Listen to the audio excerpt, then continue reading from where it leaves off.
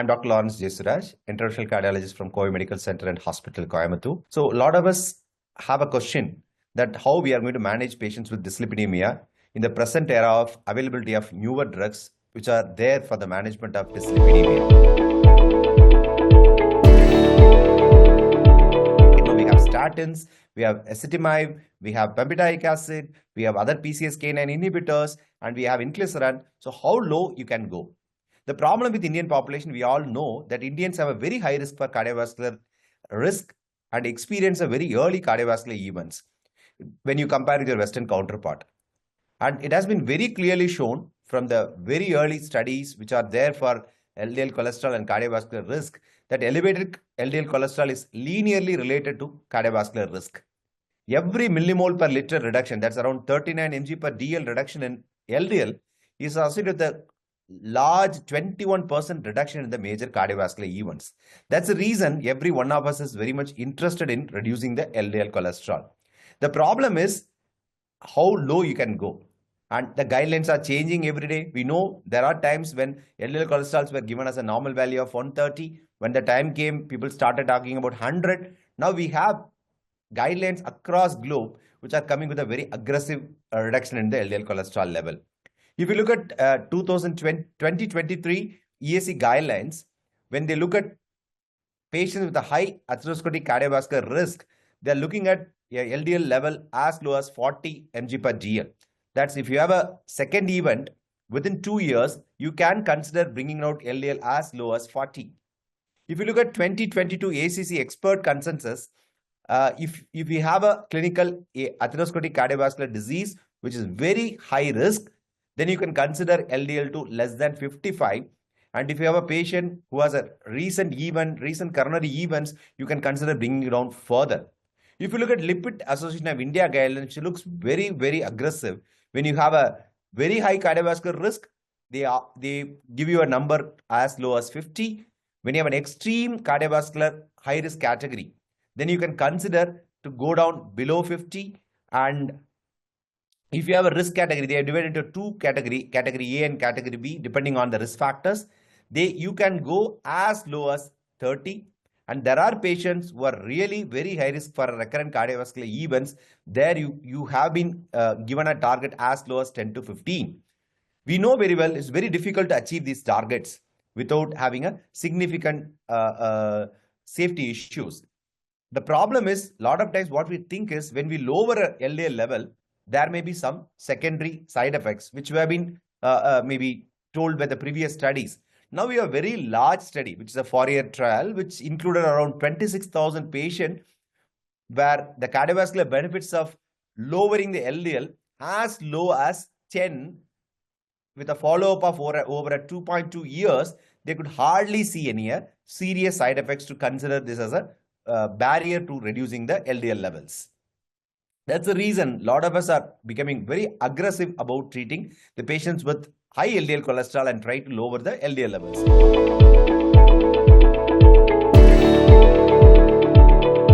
If you see this drug, this is a special drug. We all know the primary target for managing LDL has been changed over a period of time. We had HMG-CoA reductase, which are statins. Then we have absorption inhibitors like ezetimibe. Now we have drug which can directly on PCSK9. We all know the primary important thing about LDL is how well hepatocytes take up LDL inside the hepatocytes. For that, you need a LDL receptor, which is processed by a PCSK9. If you are going to hit PCSK9 and reduce the level of PCSK9 available, then you are going to see more LDL receptors on the surface of hepatocytes, which are going to degrade more and more LDL. So now we have a molecule which is a first-in-class molecule which acts inside the cell. You have a molecule which is going to go inside the cell and act, which is going to block translation of the protein responsible for the PCSK9. So you don't have any PCSK9 inside the hepatocytes. So LDL receptors are very well present on the hepatocyte surface. Then LDL level is going to come down. The inclisiran plasma levels decline within 24 hours and are undetectable within 48 hours. This is basically because they are going into the hepatocytes immediately when the moment you are going to inject them. So the drug is going to act very locally. That's the reason you hardly see any serious systemic side effects. Inclisiran is a newer molecule which is available for a reasonable period of time. Now we have a good expertise over the molecule. Now we have usage experience with this molecule. Right now, if you look at Indian approval of inclisiran, it is basically indicated for adults with primary hypercholesterolemia, both heterozygous and non-familial types, and a mixed dyslipidemia as an adjuvant to diet. And more important indication comes in our clinical practice when we use in combination with statins or statin with other lipid lowering therapy when you are unable to reach LDL goals with maximum tolerated dose of statins. And another important indication is when you have an intolerant to statins or other lipid lowering drugs. Or in patients with statin resistant, or otherwise we call, you have given a statin and still LDL is on higher side, you can use, or you can use patients who statin intolerant, or there is some contraindication for statins. These are the three major areas where you can use inclisiran. Inclisiran is particularly useful in patients with high atherosclerotic cardiovascular risk, where your high HDL level remains in spite of your standard lipid-lowering therapy like statins, ezetimibe, and bempedoic acid. It's also useful. It's not very common in your heterozygous familial hypercholesterolemia also. This molecule is injectable. It is injectable subcutaneously. It comes in a 1.5 ml solution which contains around 300 mg of inclisiran sodium, and you inject on a day 0. After that, it's injected on day 3 months, after 90 days, and you can inject this every 6 months. So once you have achieved the initial dosage, it is given once in 6 months, otherwise twice in a year in a suitable patient. It's injected subcutaneously in abdomen by a healthcare professional. It's a very safe drug. You hardly see any major serious side effects with this drug. Inclisiran is recommended in most of the guidelines at the place which we are already talking about. When you have a patient with a ACS, or you have a patient with high LDL levels, where you have used all your drugs available. When you have a patient with an ACS dyslipidemia, you are looking at your LDL at 4 weeks, and you see LDL more than 55, you added drugs, you added ezetimibe, you added bempedoic acid, still your LDL is on higher side, you can consider using a PCSK9 inhibitor. Either you can use the recombinant PCSK9 inhibitors, or you can use an inclisiran. Compared to your recombinant molecule, inclisiran is more user-friendly because that recombinant molecules have to be used twice a month, while inclisiran has to be used once in 6 months, that's twice a year. So what do you have in inclisiran? What do you understand from the recent trials which are available in inclisiran? Inclisiran has a good number of trials. We have a recent Orion series, which is 9, 10, and 11, where they are used in patients with familial hypercholesterolemia and atherosclerotic cardiovascular patients, and patients who have an atherosclerotic cardiovascular risk and risk factor equivalence across the globe. The trials have run for close to 1.5 to 2 years now. The data is pretty good. You could see a 50.5 reduction in the LDL levels, which is sustained, and you could see a 50.7 effective LDL reduction. This is pretty good. I think this is as good as any other lipid lowering therapy you will use for patients with atherosclerotic cardiovascular risk. So whenever you see any drug which is available for reducing LDL levels, the one big question arises, does this have a cardiovascular data?